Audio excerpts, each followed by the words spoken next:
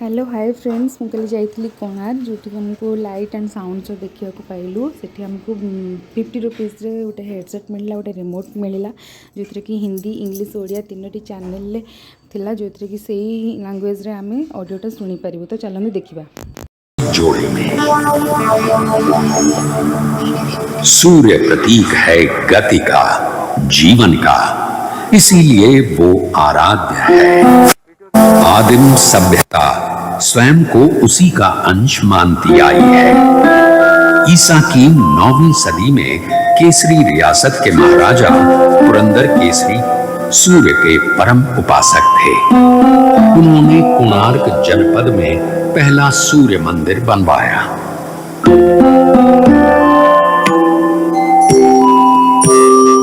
12वीं सदी में ओडिशा का केसरी साम्राज्य दक्षिण के गंग साम्राज्य के अधीन आ गया। इसी साम्राज्य के महाराजा अनंग भीम तृतीय ने जगन्नाथ मंदिर का निर्माण पूरा कराया, जिसकी शुरुआत अनंत वर्मन चोड़गंग देव ने की थी। कहते हैं अनंग भीम तृतीय में संतान थे। पुत्र प्राप्ति के लिए उन्होंने उसी मंदिर में सूर्य की उपासना की, जिसका निर्माण केसरी साम्राज्य के महाराज पुरंदर केसरी ने कराया था। उपासना सफल हुई और नरसिंह देव प्रथम का जन्म हुआ।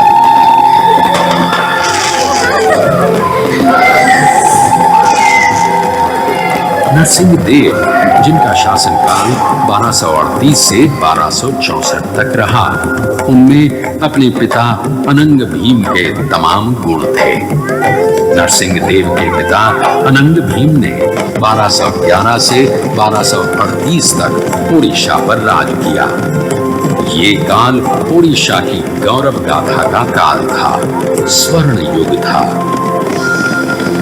ये वही काल था जब मुस्लिम शासक तेजी से अपने साम्राज्य का विस्तार कर रहे थे। कश्मीर और ओडिशा को छोड़कर देश का अधिकांश भाग मुस्लिम शासकों के अधीन हो गया था। मुसलमानों की बढ़ती ताकत और साम्राज्य विस्तार नरसिंह देव के लिए चुनौती का समय था। ओडिशा की संप्रभुता और स्वाधीनता सामने खड़ी थी। प्रजा की शंकित निगाहें नरसिंह देव को देख रही थी। नरसिंह देव ने ओडिशा की एकता और अखंडता की ध्वजा अपने हाथों में थाम ली और जुट गए ओडिशा की रक्षा में। मालव देश यानी आज का विंध्य देश, यहाँ की राजकुमारी थी सीता देवी, सुंदर, सुशील, सर्वगुण संपन्न। मालव देश मुसलमानों के अधीन हो चुका था। उसी प्रदेश की राजकुमारी सीता देवी के साथ नरसिंह देव का विवाह संपन्न हुआ। सीता देवी राजरानी बन गई। महारानी, हमें शीघ्र ही युद्ध के लिए प्रस्थान करना पड़ेगा। राज्य की सीमा पर यवनों ने पुनः डेरा जमा लिया है। तो घान खान उत्कल को पराधीन बनाना चाहता है, लेकिन उत्कल किसी पर आश्रित नहीं है। गंग साम्राज्य की रक्षा के लिए मेरे प्राणों की भी आहुति जाती है, तब भी मैं पीछे नहीं हटूंगा। तो घान खान उत्कल पर हमले के बहाने ढूंढ रहा है। यवनों को हमेशा हमेशा के लिए पीछे खदेड़ना पड़ेगा। इस बार उत्कल के वीर आत्मरक्षा के लिए युद्ध नहीं लड़ेंगे। इस बार हम आक्रमण करेंगे। उत्कल के विजय की प्रार्थना कीजिए रानी, उत्कल के विजय की प्रार्थना कीजिए। जिसका नाम नरसिंह देव है और जो सेवक है जगन्नाथ के, उसकी कभी पराजय नहीं हो सकती। जाइए महाराज, विजय पथ आपकी राह देख रहा है। भयंकर युद्ध हुआ, मार काट मची, खून बहा।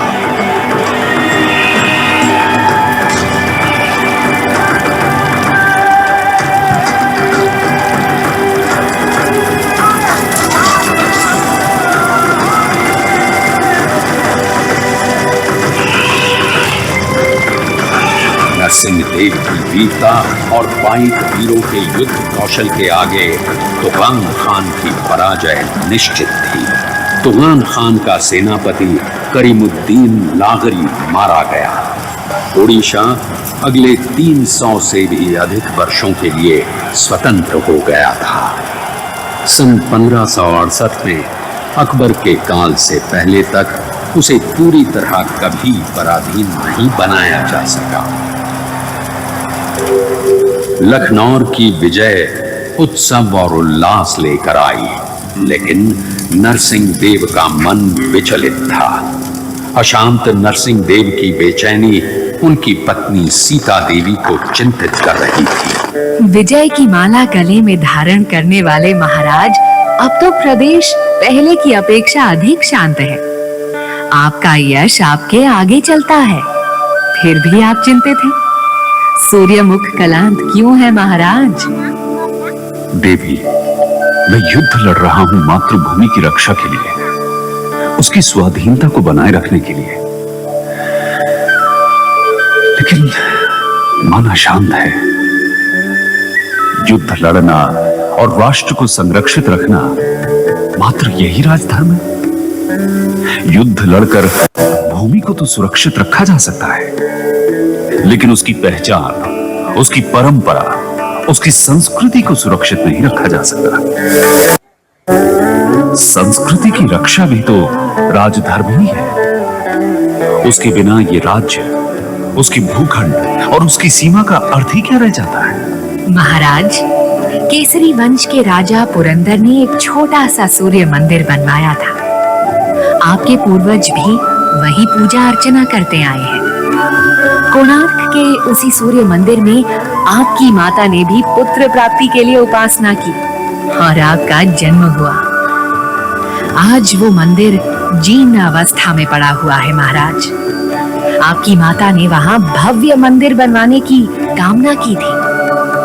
आप उनकी मनौती पूरी करें। शायद कला संस्कृति के विषय में आपकी सोच का आरंभ यहीं से हो। अद्भुत!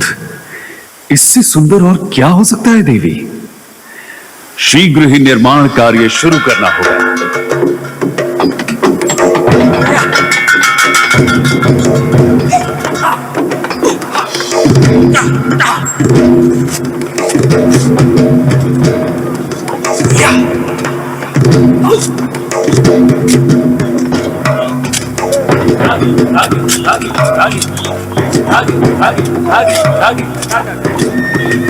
निर्माण योजना पर कार्य रूप दिया जाने लगा।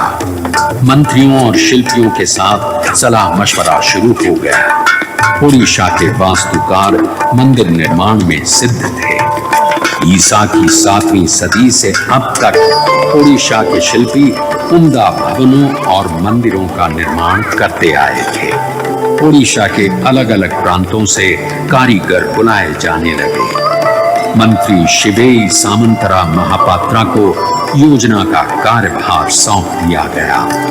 उधर सीमा पर फिर से युद्ध छिड़ गया था। सुल्तान इल्तुतमिश ने इख्तियारुद्दीन उज़्बेक को गौड़ प्रदेश का शासक बना दिया था।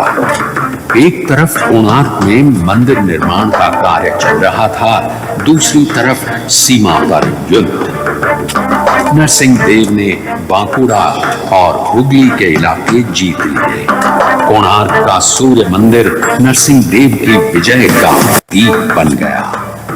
कारीगर उत्साह से भर गए। बेजान पत्थरों में जान डाली जाने लगी। छैनी हथौड़े की चोट से वीरान कोणार्क जीवंत हो उठा। कोणार्क के जर्रे जर्रे में इतिहास छिपा है। हर शिला अपनी ही कथा कहती नजर आती है। सच है या झूठ ये तो किसी को पता नहीं, लेकिन किंवदंती जरूर है। किस्से कहानियां तो उसी की बनती हैं जो श्रेष्ठ होता है। तो इन किस्से कहानियों से ये जरूर पता चलता है कि कोणार्क श्रेष्ठ है। द्वापर युग था।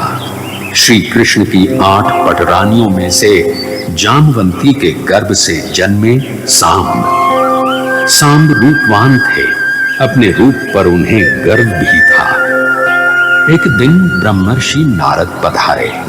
अपने रूप में मदमस्त सांब उनका अपमान कर बैठे।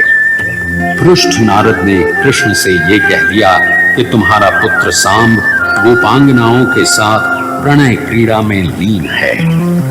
क्रोधित कृष्ण सांब को ढूंढने निकले। नारद ने सांब से कहा, पुत्र, तुम्हारे पिता रैवतक पर्वत पर तुम्हारी प्रतीक्षा कर रहे हैं। पिता को प्रतीक्षारत जान सांब तीव्र गति से रैवतक पर्वत की ओर भागे। वहां गोपियां पुष्करणी में जल क्रीड़ा कर रही थी। सांब को समक्ष देख उन्हें लगा साक्षात श्री कृष्ण आ गए हैं। सांब ने कृष्ण छाया देख सुध बुध बिसराकर गोपियां सांब से लिपट गईं। तभी वहां पहुंचे कृष्ण। सांब को गोपियों के आलिंगन में देख क्रोध से भड़क उठे। अरे नराधम ग्लीब, तू महापातकी है। मैं तुझे श्राप देता हूं। जिस रूप के अहंकार में तू डूबा है, तेरा वो रूप नष्ट हो जाए, तेरे रूपवान अंग कुष्ठ से भर जाए। पिता के शाप से सांब को कुष्ठ हो गया। नारद के प्रति हुए अपमान का उन्हें आभास हुआ तो वे नारद के पास पहुंचे। नारद ने उनकी दशा देखी और द्रवित होकर शाप मुक्ति का उपाय बताया। तुम भारत के पूर्वी तट पर मैत्रेय वन में जाकर सूर्य की उपासना करो। उनकी कृपा से ही तुम रोग मुक्त हो सकते हो। नारायण नारायण। सांब चंद्रभागा नदी किनारे मैत्रेय वन में जाकर सूर्योपासना में लीन हो गए। उनकी कठोर साधना से प्रसन्न हो सूर्य देव ने उन्हें रोग मुक्त कर दिया। रोग मुक्त सांब ने चंद्रभागा नदी में डुबकी लगाई। वहां उन्हें पत्थर की बनी सूर्यदेव की मूर्ति मिली। उन्होंने मंदिर बनवा वहीं उसकी स्थापना कर दी। सांब की वो साधना पीठ आज कोणार्क मठ के नाम से जानी जाती है और आज भी देश के विभिन्न हिस्सों के कुष्ठ रोगी रोग मुक्ति की कामना के लिए यहाँ आते हैं। ये कथा है सांब पुराण की, पौराणिक है। उड़ीसा के जनमानस की कथा है। इतिहास का इससे कोई सरोकार नहीं है। कोणार्क निर्माण में कितना समय लगेगा, कितने कारीगर काम करेंगे, कितना अर्थ व्यय होगा, सारा हिसाब लगाया जा चुका था। भ्रमरवर हरिचंदन आय व्यय की देखभाल कर रहे थे। पुरी से 19 मील उत्तर पूर्व पदमतोला गंड नामक पुष्करणी को भरकर मंदिर बनाने का फैसला ले लिया गया। ओडिशा के विभिन्न इलाकों से चुन चुन कर कारीगर बुलाए गए। दूर दूर के पहाड़ों से पत्थर लाए जाने लगे। चित्रकोंडा, माकंडा, रेगेड़ा, श्वेत, श्याम, किस्म किस्म के पत्थर और नील रंग का ग्रेनाइट लाया गया नीलगिरी से। नवग्रह के लिए शिला आई 642 मन की। मंदिर के ऊपर कलश स्थापना के लिए 56,000 मन का 25 फीट ऊंचा शिलाखंड जलमार्ग द्वारा 100 मील से भी अधिक दूरी से लाया गया। न सिर्फ इसे लाया गया बल्कि 200 फीट ऊंचे मंदिर के शिखर पर चढ़ाया भी गया। शिल्पियों का अद्भुत कौशल और लगन अचंभित कर देने वाले थे। कुल 1200 कारीगर लगाए गए निर्माण कार्य में काम पूरा करने के लिए और समय निर्धारित किया गया 12 वर्षों का। महाराज नरसिंह स्वयं रुचि ले रहे थे निर्माण कार्य में।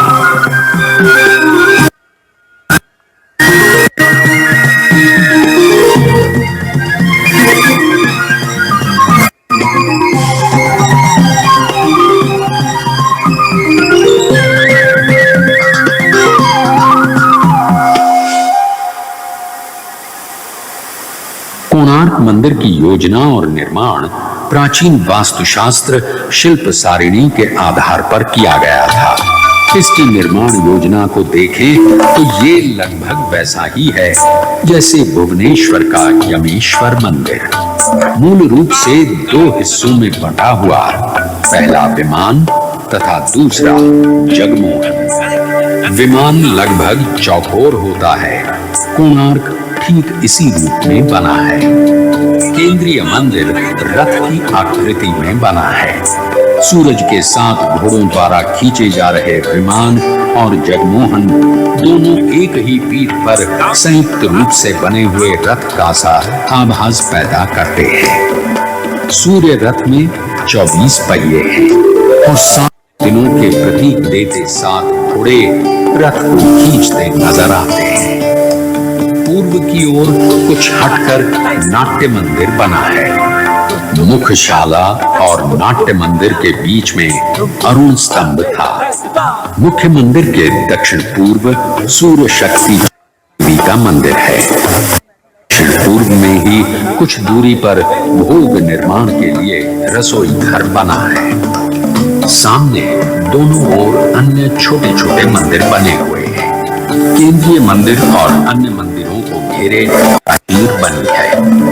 मुख्यशाला के पूर्व, दक्षिण और उत्तर में 3 द्वार बने हैं। हर द्वार की सीढ़ियों के दोनों ओर अपूर्व खंभे हैं। पूर्व की ओर है सिंह द्वार, दक्षिण में अश्व द्वार और उत्तर में है गज द्वार। सूर्य के प्रकाश में भेद नहीं है। वो जाति, धर्म, संप्रदाय और देश में फर्क नहीं करता। कोणार्क का सूर्य मंदिर सर्वधर्म की पीठ है। सब एक हैं, यही कोणार्क कला का संदेश है। कोणार्क को गौर से देखें तो वो केंद्र से एकाकार होता नजर आता है, मानो कोई ताकत उसे अपने में लीन कर लेना चाहती हो। इसके शिल्प की खासियत यही है कि ये अपनी विशालता और भारीपन के बावजूद ऊपर की ओर उठता गतिमान प्रतीत होता है। मुगल बादशाह अकबर के दरबारी अबुल फजल ने अपनी किताब आईन अकबरी में लिखा है, अद्भुत कोणार्क ओडिशा वास्तुकला का चरम है, एक जलता हुआ दिया है। पर अफसोस वास्तुकला का ऐसा अद्भुत चिराग इसके बाद ओडिशा के स्थापत्य में फिर कभी नहीं दिखा। ओडिशा के मंदिर भव्य साज सज्जा वाले मंदिर हैं। प्राकृतिक बिंबों में कमल की आकृति प्रायः हर मंदिर में मिल जाएगी।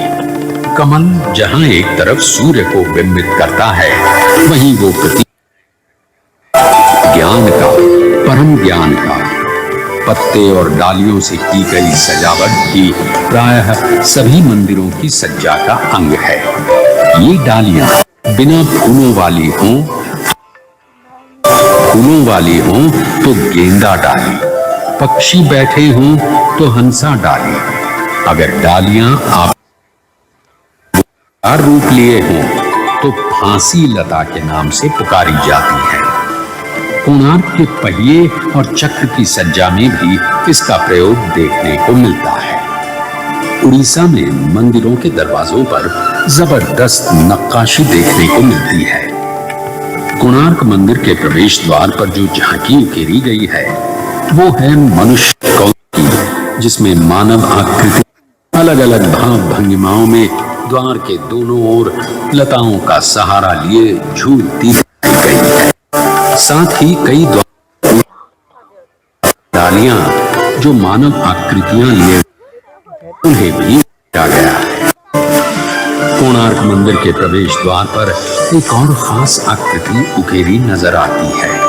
वो है आपस में बुद्धि नाग नागिन की आकृति, जिसे अहिबंध या नागबंध के नाम से जानते हैं। उड़ीसा के मंदिरों की यह साज सज्जा सिर्फ क्षैतिज या लंबवत आकार में ही नहीं है, बल्कि गोलाकार सतहों पर भी नजर आती है, जैसे कोणार्क चक्र और तोरण द्वार। कोणार्क सूर्य मंदिर भी है और विजय प्रतीक भी। कोणार्क के शिल्प में जहां एक तरफ युद्ध के दृश्य हैं, वहीं ताकत से भरपूर घोड़े और हाथी भी हैं। दहाड़ता हुआ सिंह हाथी को अपने पंजे में लिए हुए दिखलाया गया है। विभिन्न स्थानों पर राजा की आकृति उकेरी गई है। यहाँ तक कि मंदिर के गर्भगृह में राजा को घुटने पे झुके स्वयं सूर्यदेव के हाथों हार पहनते दिखलाया गया है। कोणार्क उड़ीसा मंदिर वास्तुकला का अंतिम मंदिर है, जहां परंपरा के साथ साथ कला की नई दृष्टि का मिलन साफ देखने को मिलता है।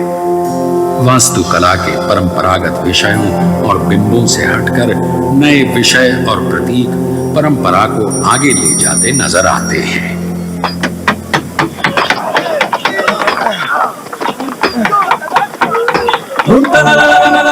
जनपद के महान शिल्पी विष्णु महाराणा, प्रणाम स्वीकार करें।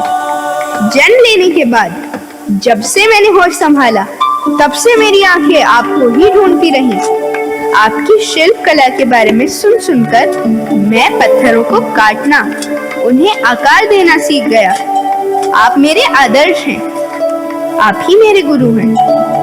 बचपन में पिता की बाहों का झूला तो नहीं मिला, लेकिन गुरु का आशीष तो मिल सकता है ना महाराज। माथे पे आशीष का हाथ रख दीजिए विष्णु महाराणा। कौन हो तुम बालक? तुम्हें देख मेरा व्याकुल मन और विचलित हो गया। कौन हो तुम? मैं वो भाग्यहीन बालक हूँ महाराज, जिसे आप जन्म से पहले ही अनाथ छोड़ जन कार्य के लिए निकल गए। पिता, मैं आपका पुत्र हूँ, धर्मपद। पुत्र? हाय रे शिल्पी जीवन, 12 वर्षों तक जिसे भूला रहा, आज वो सामने खड़ा है, जिसे गले लगाने को जी चाहता है। घंटों महीनों जिसे निहारने, बातें करने का मन करता है। लेकिन हाय रे दुर्भाग्य, 1200 शिल्पियों के प्राण पुत्र स्नेह से अधिक प्रिय है। क्षमा पुत्र, मैं विवश हूं। ये दधिनौती नहीं लगा तो शिल्पियों के प्राण चले जाएंगे। अभी तुम जाओ, बाद में मिलूंगा जब काम समाप्त हो जाएगा। ये काम तो अभी के अभी समाप्त किया जा सकता है। ये दधिनौती शिखर पे चढ़ाना कौन सा मुश्किल काम है। मैं आपका पुत्र हूँ महाराज, बस आशीर्वाद दीजिए। अचंभित पिता मुंह खोले देखते रह गए। धर्मपद जुट गया। देखते ही देखते दधिनौती शिखर को छूने लगा। जो काम सिद्ध शिल्पी न कर सके, वो 12 वर्ष के एक बालक ने कर दिखाया। सब चकित थे। काम पूरा हो जाने का उत्साह था, वहीं एक 12 वर्ष के बालक से हार जाने की ग्लानि भी। शिल्पियों के दल में बातें शुरू हो गईं। अगर महाराजा को इस बात का पता चला तो सबकी बदनामी होगी। हमारी कला, हमारी कारीगरी से लोगों का भरोसा उठ जाएगा। बात धर्मपद के कान में पड़ी। पिता के शिल्प और 1200 शिल्पियों की कलाकारी पे उसकी वजह से प्रश्न उठे, ये उसे मंजूर नहीं था। और देखते देखते चंद्रभागा नदी में छलांग लगा। शिल्पी मान मर्यादा की रक्षा के लिए अपने प्राण त्याग दिए।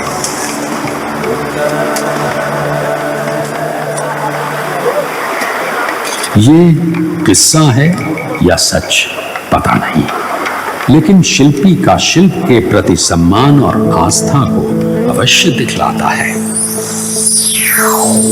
1200 शिल्पियों की 12 वर्षों की अनथक साधना के बाद कोणार्क का अद्वितीय सूर्य मंदिर बनकर तैयार हुआ। राजा नरसिंह देव की कामना ने आकार रूप ग्रहण किया। इसके बनने के उपलक्ष्य में जबरदस्त समारोह का आयोजन किया गया।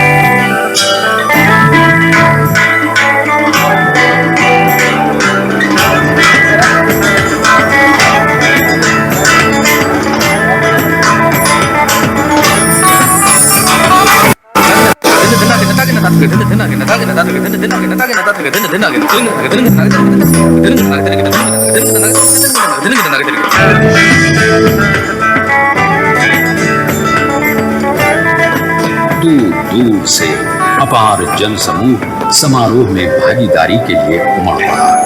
नृत्य, नाट्य, गायन वादन के साथ सूर्य के मंत्रोच्चार से कोणार्क गुंजायमान हो गया। पूरे 1 महीने तक पूजा अर्चना चलती रही। राजा नरसिंह देव स्वयं आहुति दे रहे थे। मंदिर के समक्ष आकाश में सर उठाए विशाल सूर्य स्तंभ अपनी सत्ता, अपनी ताकत का आभास देता सबको चकित कर रहा था।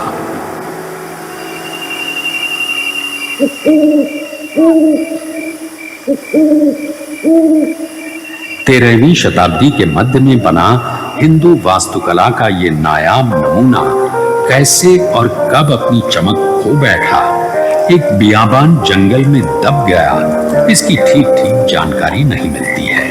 पद्म क्षेत्र देवला कर्मांगी के ताड़पत्र के अंतिम हिस्से में कहा गया है, वर्षों तक पद्म क्षेत्र में मेरे द्वारा बताई नीति से सेवकों ने सूर्य की आराधना नहीं की।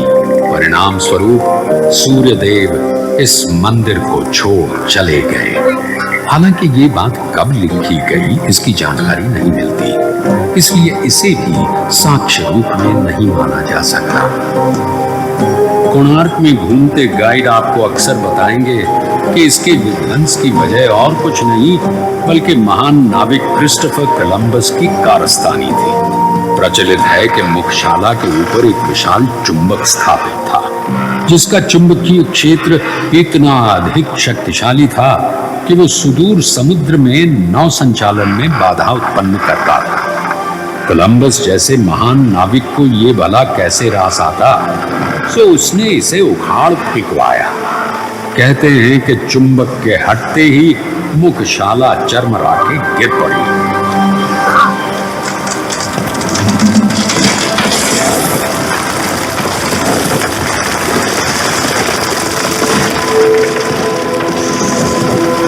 मगर सच तो ये है कि कोलंबस के कदम कभी ओडिशा की धरती पर नहीं पड़े। लगभग 150 वर्षों तक गुमनाम रहने के बाद 18वीं सदी के मध्य में इस पर नजर पड़ी महाराष्ट्र साम्राज्य के बाबा ब्रह्मचारी की। वे महाराजा वीर किशोर के अधिकारी शिव भट्ट साठे के गुरु थे। उन्होंने सर्वप्रथम इसकी साफ सफाई करवाई। फिर 1824 में एक अंग्रेज अफसर एंड्रू स्टर्लिंग ने इसका अध्ययन किया और इसके रेखा चित्र प्रकाशित किए। फिर क्या था, कोणार्क का ये सूर्य मंदिर पुनः अंधकार से प्रकाश में आ गया। इसकी अद्भुत कला अपनी क्षतिग्रस्त अवस्था में भी अचंभित कर जाती है। आज ये विश्व की धरोहरों में से एक है। भारतीय पुरातत्व सर्वेक्षण विभाग इसकी देखभाल, इसे संजोए रखने में दिन रात लगा है। कोणार्क सत्य है, जीवन का सत्य, शिल्पी की कठोर साधना का सत्य, उत्कलीय और भारतीय संस्कृति का महान सत्य है जो कई कथाओं को अपने में समेटे है। हो सकता है इसमें आपकी भी कथा आपको मिल जाए। ध्यान से देखिए, कान लगाकर सुनिए, कोणार्क आपको आपकी कथा सुना रहा है।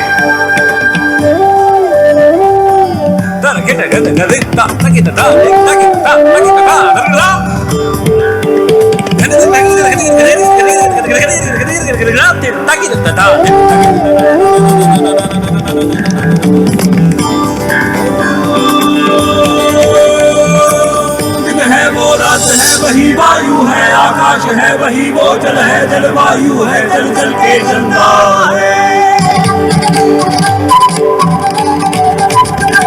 वो नव है नूतन है, आदि भी है अनादि भी वही सूर्य है, वो उज्ज्वल ज्योति वो ज्योति पुंज है, आग का गोला।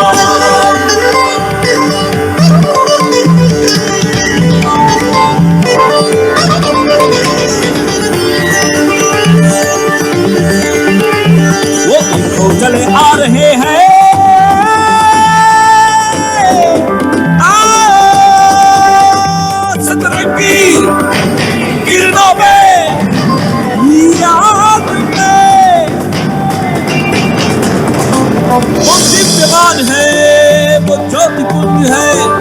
वो दिव्यमान है, वो ज्योति कुंज है।